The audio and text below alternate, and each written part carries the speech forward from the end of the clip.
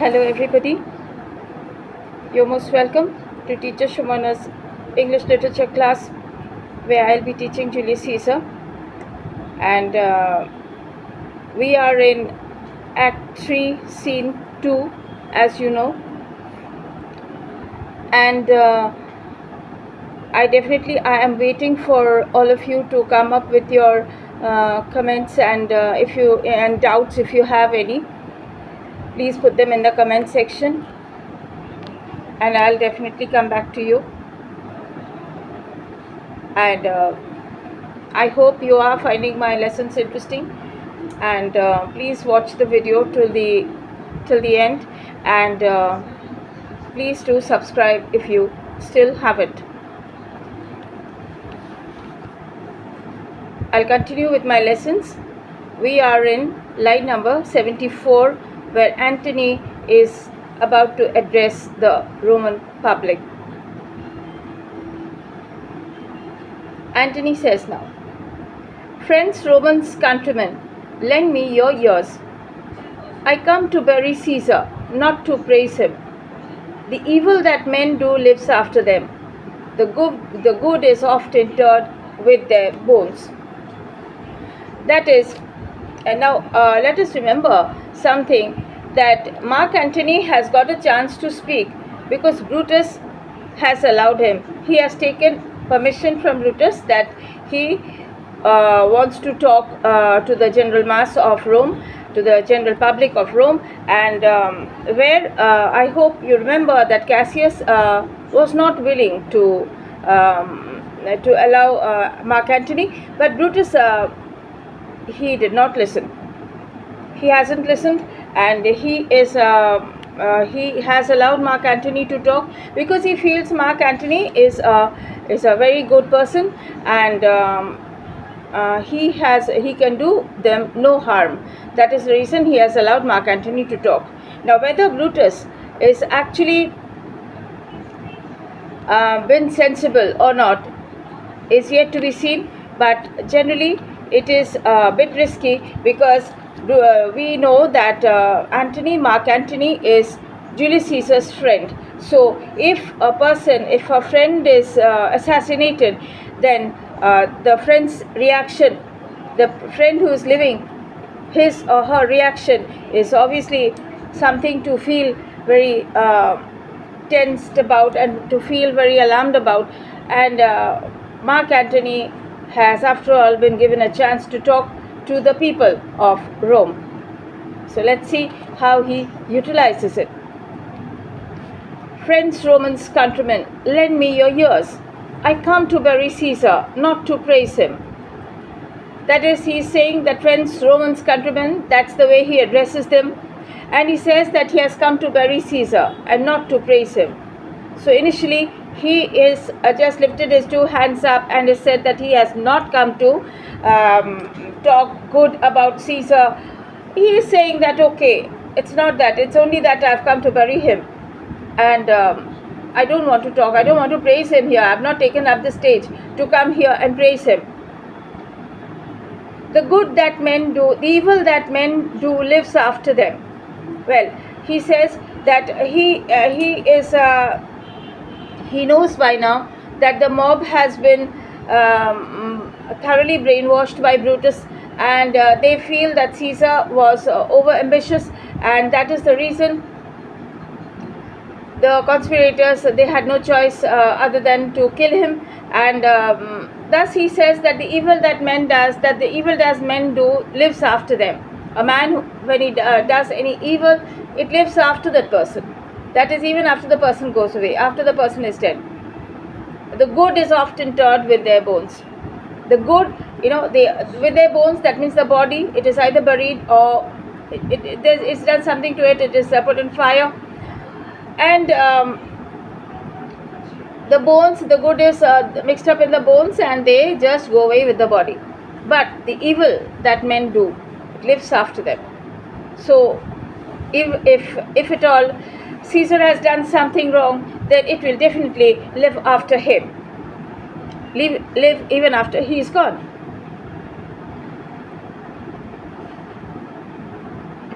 The noble Brutus had told you Caesar was ambitious. If it was so, it was a grievous fault. Well, it was terribly shocking. Definitely, if Caesar has really had that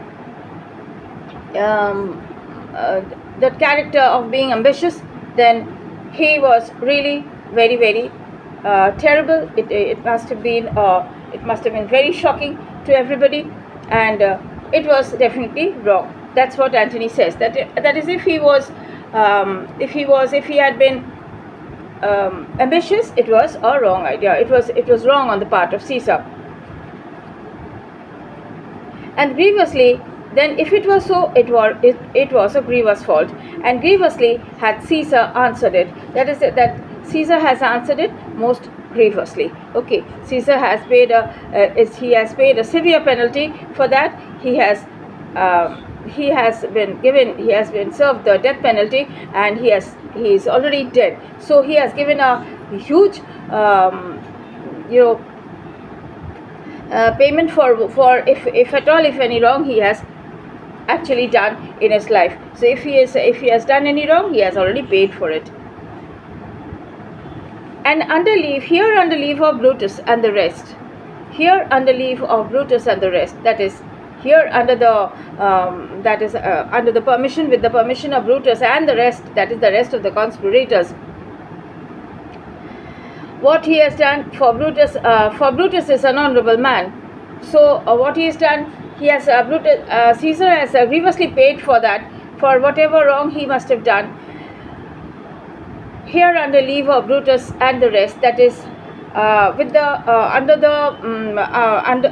the jurisdiction of Brutus and the rest of the conspirators, they have taken up law in their hands, and they have killed Caesar. So it is with their idea that Caesar is wrong, and Caesar has thus paid very heavily for that. All right, now,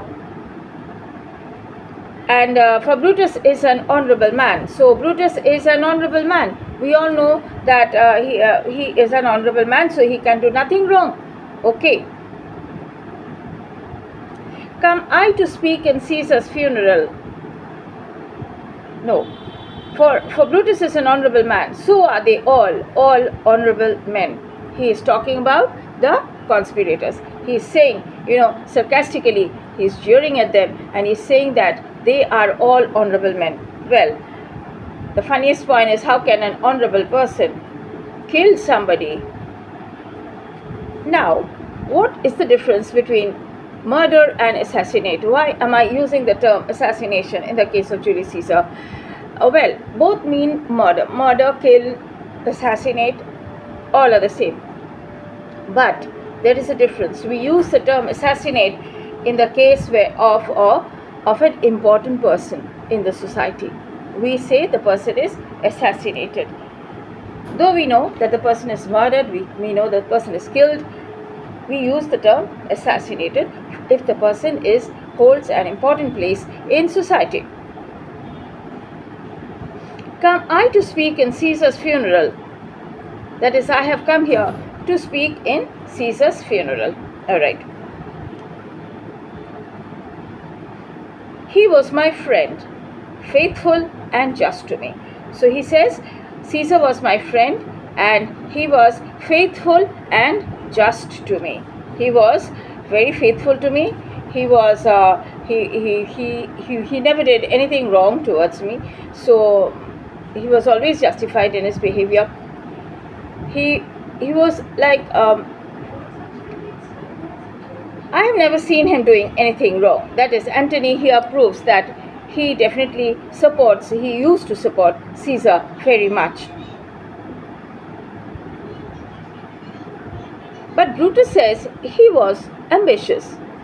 He reminds the people, but Brutus says he was ambitious. And Brutus is an honorable man. He is being sarcastic once more. He had brought many captives home to Rome. That is, Caesar, after a war, he had brought many captives home to Rome. Those people, the chiefs who were defeated, they were brought to Rome. And obviously, we know that the captives, they had to come in with the person who has won them over, and they had to pay huge ransoms. So what did Caesar do with the ransoms? He had brought many captives home to Rome, whose ransoms did the general coffers fill. The general coffers, the public treasury. Okay, he has filled up the whatever he has got from there. He has filled up the public treasury, and that means what? Whatever he has earned from the wars, from his ambitiousness there, he has done to care for the common public. He has kept all the money and everything that he has got in the public treasury for the benefit of the common people, of the common man, so that the common man can live nicely, can lead a good life. Did this in Caesar seem ambitious? Well, the common this is so much to stir the common mass, the mob. That is, Antony is reminding them. Does this show that does this prove that Caesar was ambitious? Did this in Caesar seem ambitious? When that the poor have cried, Caesar hath wept. When the poor, in their days of the poor people, in the days of problems, a lot of problems, they have cried. And it was Caesar had wept along with them. Well, ambition should be made of sterner stuff. He says ambition should be made of sterner stuff. That the person who is ambitious should be more tough. Why should a person cry with the poor when the poor is feeling sad? He shouldn't have done that if he was ambitious. Yet Brutus says he was ambitious. So he is saying here, Brutus is telling us that he was ambitious. And Brutus is an honorable man.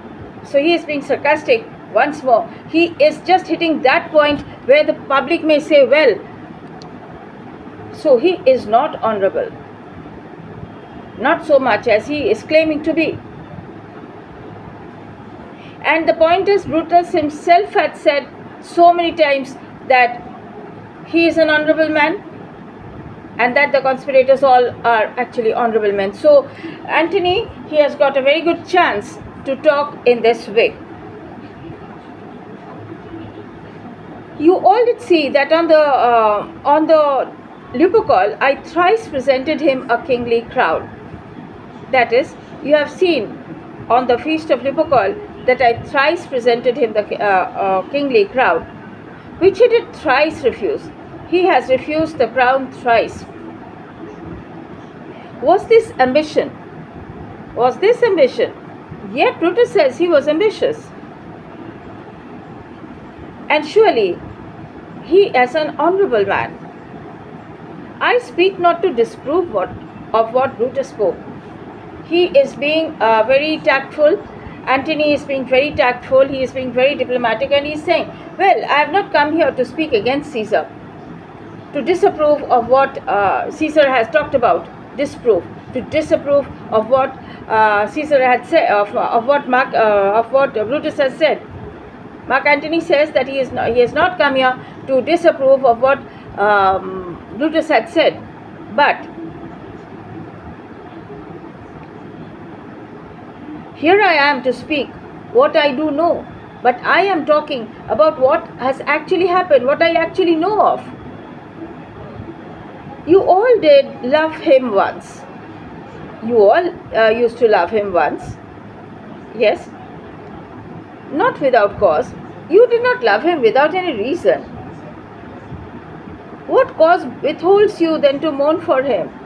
What is holding you back from mourning from him? You have, that is, if you loved him while he was alive, you have every right to mourn for him now that he is dead. O judgment, thou art fled to brutish peace. O judgment, thou art fled to brutish peace. That is judgment, the conscience which is there in people, which gives judgment from the inner side, from the heart of a person. He says, thou art fled, thou have gone away to brutish beasts. That is, beasts who are very brutal. And men have lost their reason. And men have actually lost their reason.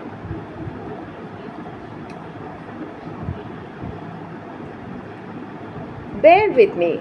My heart is in the coffin there with Caesar. So please have patience to hear me, and please bear with me.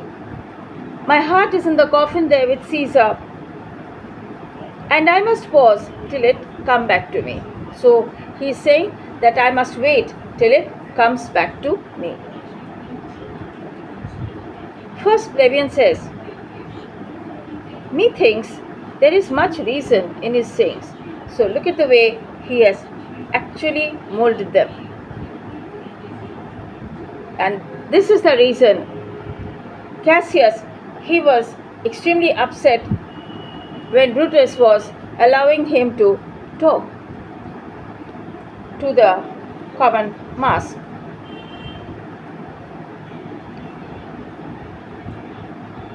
Second plebeian says, if you consider rightly of the matter, Caesar had a great wrong. There are some people who are still, carried away by what Brutus had said, and the person, some are still with Brutus, still convinced with what Brutus had said, and some are taking up what Mark Antony is saying, and they are talking to each other. And actually Mark Antony has taken this opportunity to pause, to stop for a while, so that they talk amongst themselves and get certain things clear. Third plebeian says, has he masters? The third one again is on Antony's side. Just look. Third plebeian says, has he masters? I fear there will be a worse come in his place.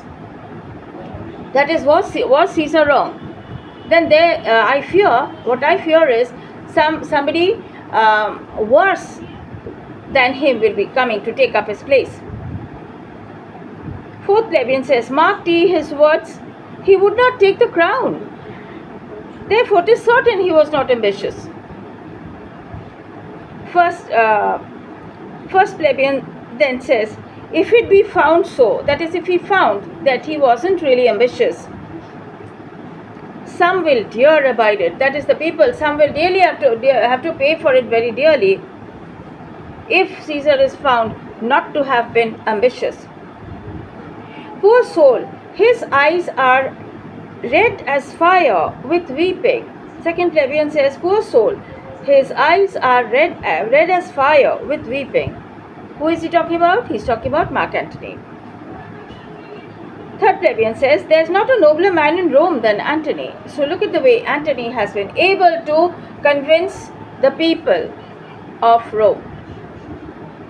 Gradually he has taken up the full swing, and he has actually getting the people ready to take revenge of Caesar's death. Fourth plebeian, now mark him. He begins again to speak. Antony starts talking once more. He says, but yesterday the word of Caesar might have stood against the world. Now lies he there, and none so poor to do him reverence. No, but yesterday the word of Caesar might have stood against the world. That is, the world may not have liked Caesar yesterday, the way he spoke, the way he did everything. But now lies he there, but he lies down there now, and none so poor to do him reverence. And all of you seem to be very poor, and you have nothing. You look. That is, you don't have the heart to do him reverence. None so poor. That is, you're not so soft. You're not so sympathetic towards him, and you're not paying him any reverence. No man is as humble enough to go and pay him reverence. So none so poor. And none so poor to do him reverence. O masters, if I were disposed to stir. He actually addresses the commoners as masters. This again is a fantastic diplomacy. So if it is that means what? They are the rulers, or he's making them the rulers of destiny. He's calling them masters. Your hearts and minds to mutiny and rage, O masters, if I were disposed to stir your hearts and minds to mutiny and rage, that is, if I had come with that motive, if I had that purpose in my mind, to stir your heart and mind to mutiny and rage, then I should do Brutus wrong and Cassius wrong, who you know are all honorable men. That is, if I have the motive, if I have the motive to lead you towards a communal strife, then I'll be doing Brutus wrong. A mutiny, rage is actually leading towards a civil strife. So he's saying that I should be doing Brutus wrong and Cassius wrong, who you know are all honorable men. I will not do them wrong. I rather choose to wrong the dead. I will not do any wrong to Brutus and Cassius. I rather choose to wrong the dead. Who's the dead here? Julius Caesar. He's saying, I rather choose to wrong the dead.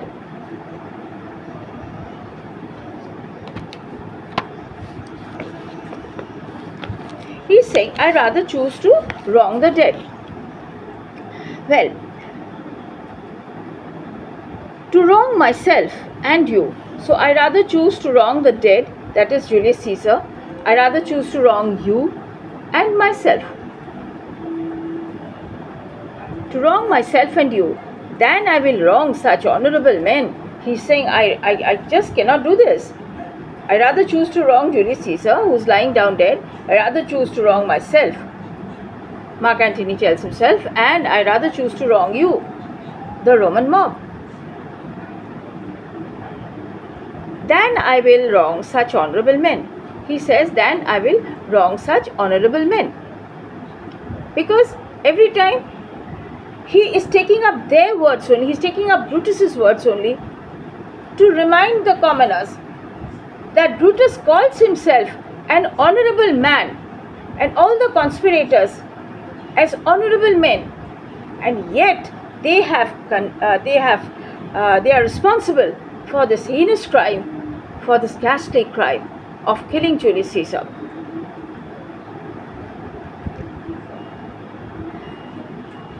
But here's a parchment with the seal of Caesar. I found it in his closet. 'Tis his will. Let but the commons hear this testament. That is, here I have the will of Julius Caesar. It has got Julius Caesar's seal as well. And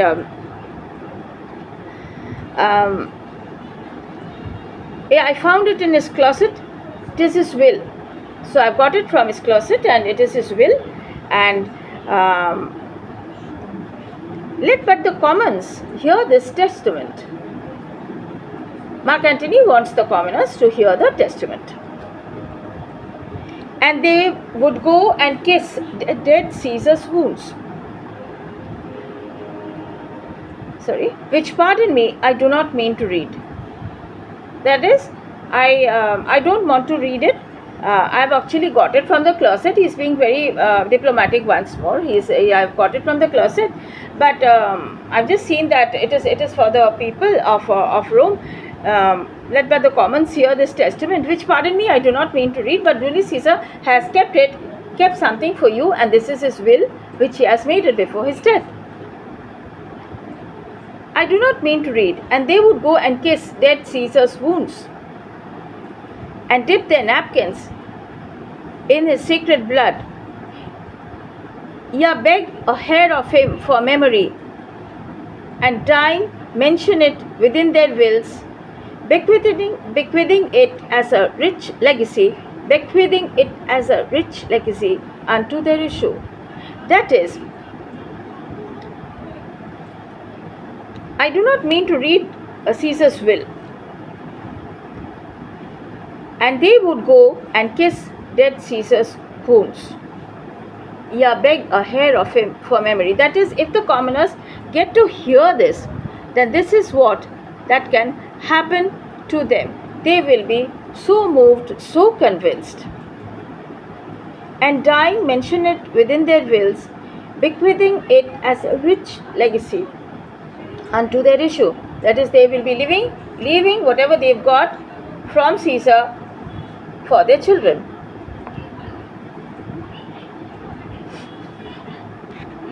Fourth plebeian, we'll hear the will, we'll hear it, the will, read it, Mark Antony.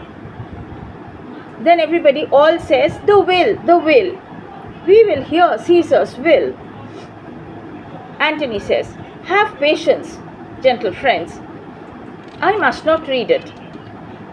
It is not meet to know how Caesar loved you. What a wonderful way of being diplomatic. He is saying, that is, it is not meet. That is, it is quite not fitting for the situation that you need, that you know how much Caesar loved you.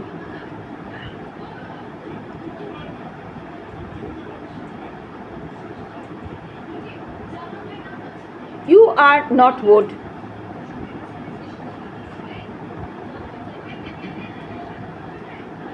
You are not wood, you are not stones, but men.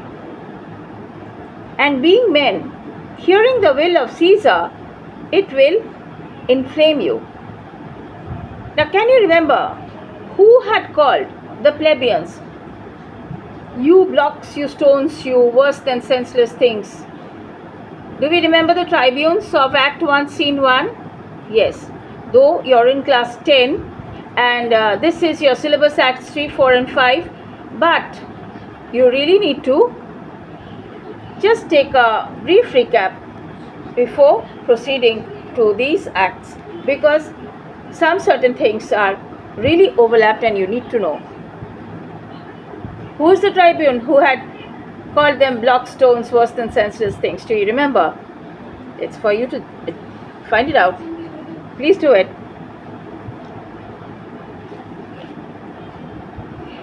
Well, let's continue. And being men, hearing the will of Caesar,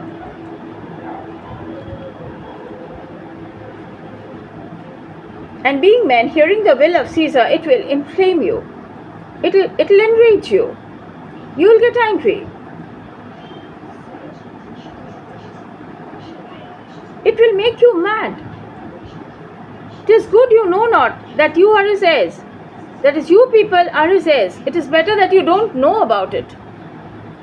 Because if you get to know, and then after that if you find him dead here, you will obviously go mad. So that is why he is being diplomatic. He is telling them, yet he is just keeping them a little far off from the actual happening, and he's saying that, okay, you be there, I don't want to tell you.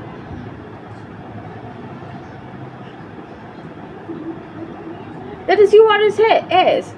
That is, you people are the inheritors of whatever he has left behind. For if you should, what would come of it? Because if you would come to know, what would happen then? Fourth plebeian says, read the will. We'll hear it, Antony. You shall read us the will, Caesar's will. Antony says, will you be patient? Will you stay a while? I have overshot myself to tell you of it. That is, I have talked a bit more than I should have. I shouldn't have talked so much.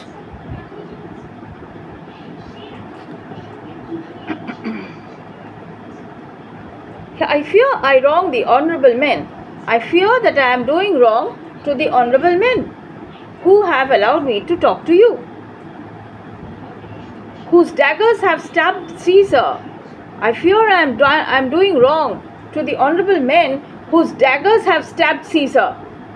That is, Caesar being such a good person, he has thought so much about you, he has made a will for you, and he has left all his property, he has made you his heirs, and he has made the commoners, the common mob, the inheritors of the property Caesar has left behind. And what have the honorable men done? They have killed Caesar. So don't you think this is enough to just make the people really mad? Whose daggers have stabbed Caesar? I do fear it. Fourth plebeian says, they were traitors, honorable men. So here they are convinced fully. He is saying that, well, they are traitors, and you call them honorable men. Everybody all says the will, the testament. Second plebeian says they were villains, murderers. The will, read the will. Antony says, you will compel me then to read the will? Are you forcing me? They make a ring about the corpse of Caesar. Then make a ring about the corpse of Caesar. That is, stand in a ring, in the form of a ring, form a ring around the corpse of Caesar, around Caesar's dead body, and let me show you him that made the will, and let me show you that person who has made this will. So stand in a ring around Caesar, and let me show you him that made the will. Shall I descend? That is, shall I come down from where? From a platform. And will you give me leave? That is, will you give me some space? Can I come down? So all says come down. Second plebeian says descend. Third plebeian says you shall have leave. Antony comes down. A ring, stand round. First plebeian, stand from the hearse, stand from the body. Second plebeian, room for Antony, most noble Antony. Nay, press not so upon me. That is, don't come so close. Stand far off. Antony says, nay, press not so upon me, stand far off. Second plebeian says, stand back, room, where back? Antony says now, if you have tears, prepare to shed them now. You all do know this mantle, I remember. You all do know this mantle. Mantle is that dress, the jacket which Caesar had worn. I remember the first time ever Caesar put it on. It was on a summer's evening in his tent. That day he overcame the Nervii. Caesar defeated the Nervii in Gaul in 57 BC. He defeated the Nervii in Gaul in 57 BC, and it was one of his greatest victories. He had put in the mantle on that day in his tent when he was there. Look, in this place Cassius's dagger ran Cassius's dagger through. See what a rent the envious Casca made. Through this the well-beloved Brutus stabbed, and as he plucked his cursed steel away. What is the cursed steel? The dagger. The cursed by why? Because with that dagger he has killed Caesar. Mark how the blood of Caesar followed it. And rushing out of doors. Door is the vent which the dagger has made on Caesar's body. He is rushing as though it is rushing out of Caesar's body through that door outside, to the outside world.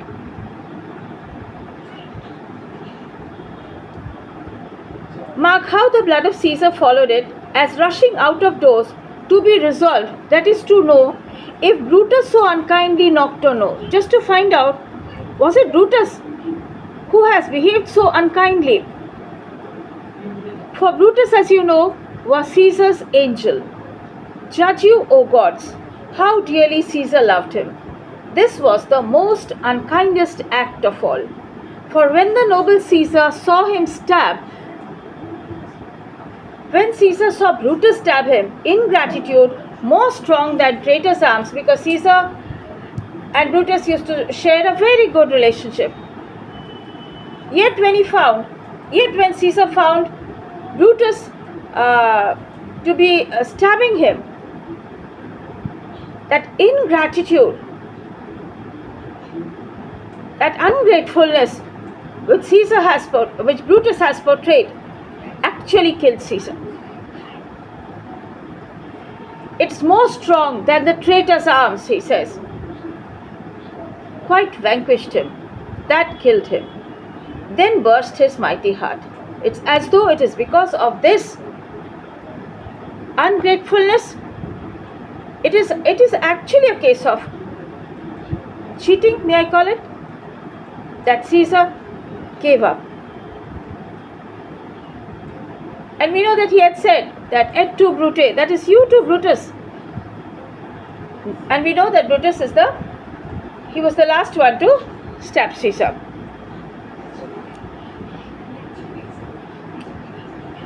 And in his mantle muffling up his face, so his mantle muffled up at his face because he is just dead, he has been stabbed, he is dead now. And in his mantle muffling up his face, even at the base of Pompey's statue, but that we know that Caesar's body is lying down stretched at the base, at the pedestal of Pompey's statue, which all the while ran blood, great Caesar fell. It was definitely bleeding, the body was bleeding because it has got many stabs on it. History says there were 23 stabs on Caesar's body.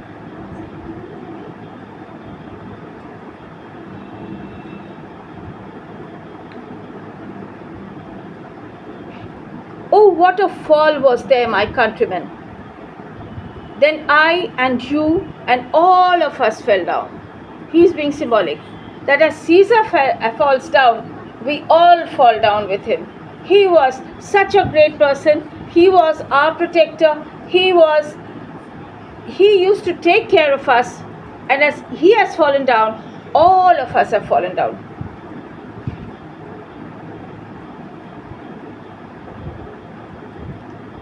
Whilst bloody treason flourished over us, oh, now you weep, and I perceive you feel the dint of pity.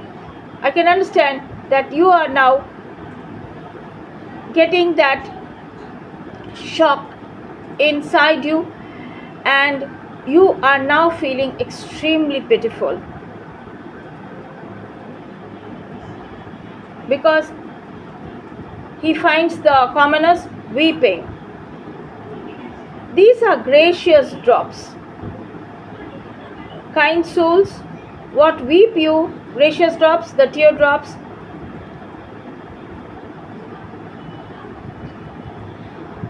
Kind souls, what weep you when you but behold our Caesar's vesture wounded?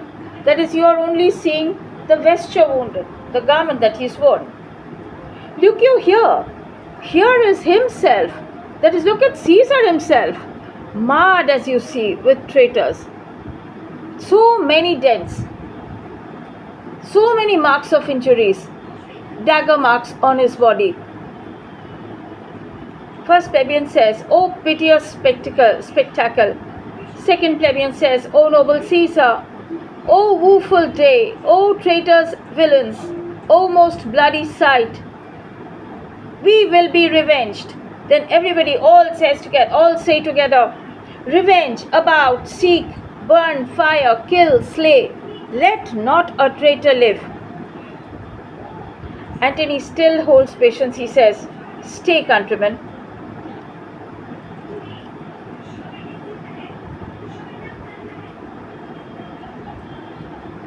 First plebeian says, "Peace here. Hear that noble Antony." Second plebeian says, "We'll hear him. We'll follow him. We'll die with him." That is, they are now absolutely convinced with what Mark Antony has said about Caesar in his funeral speech.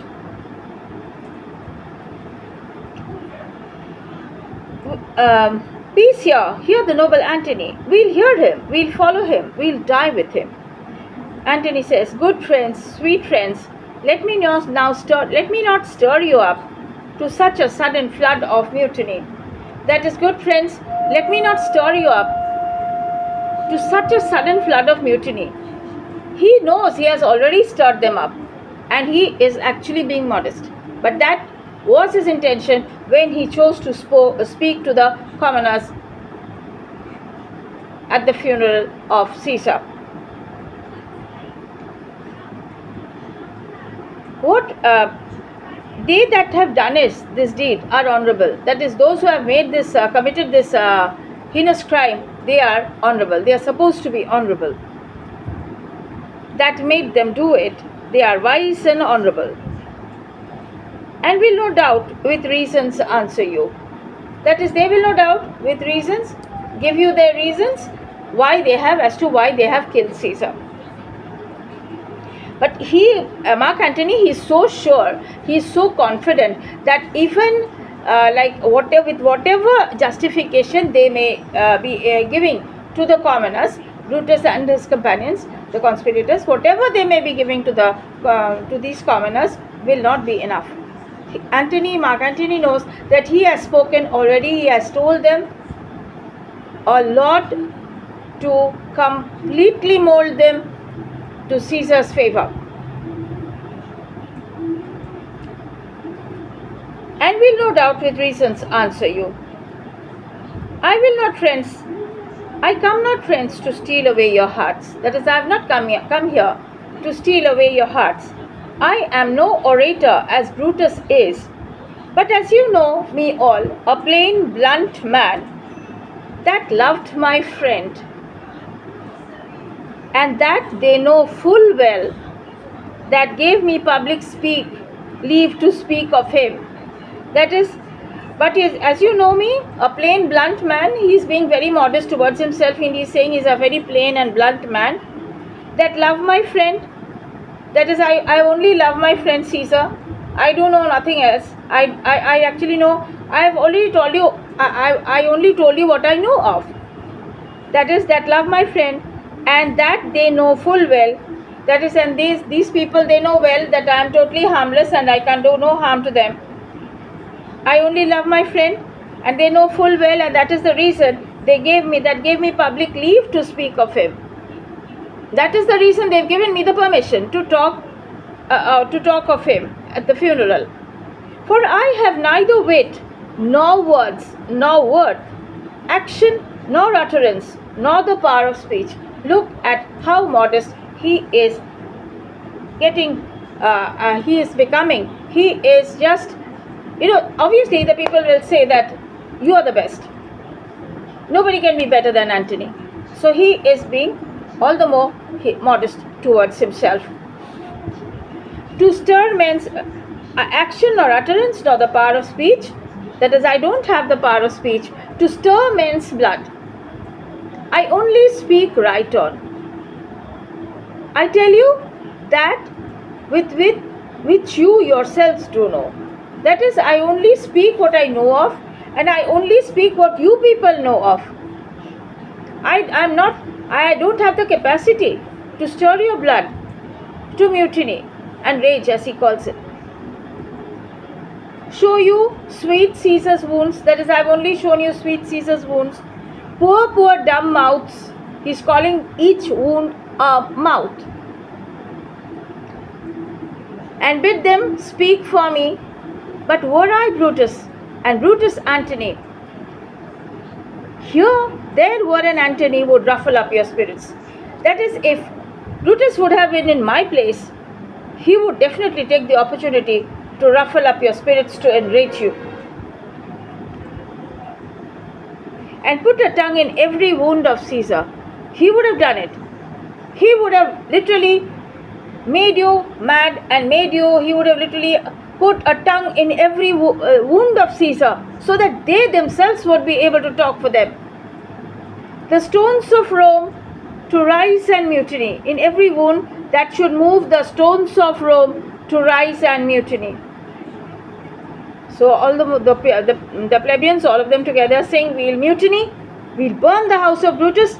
Away then, come, seek the conspirators. Yet hear me, countrymen, Antony says. Yet hear me speak. Please, allow me to speak further. Mark Antony says.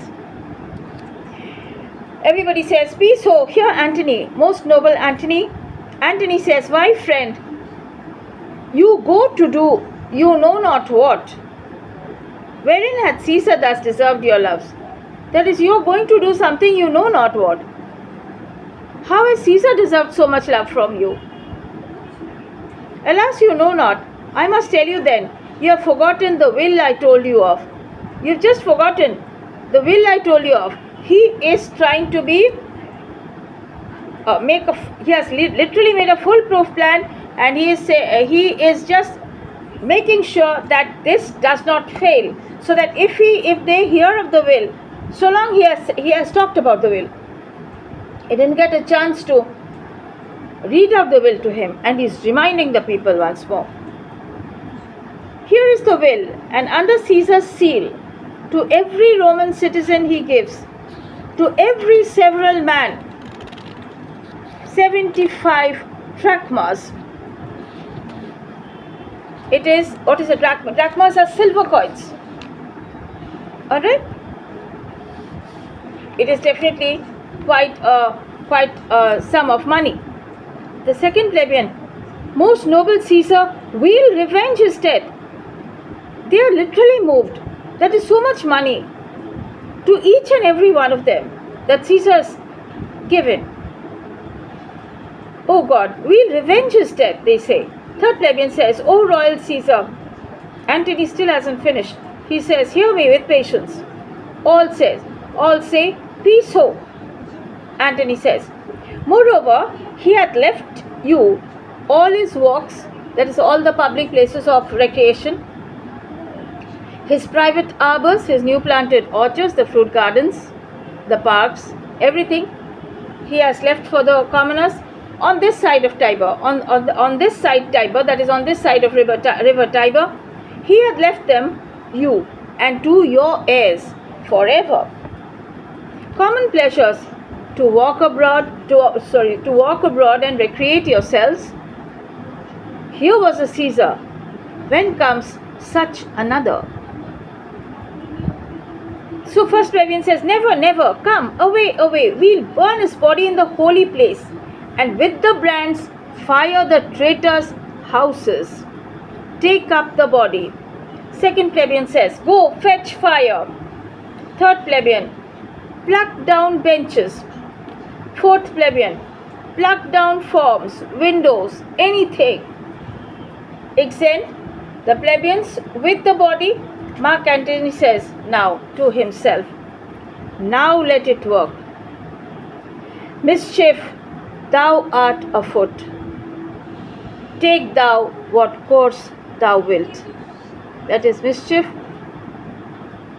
Now you are set on your foot.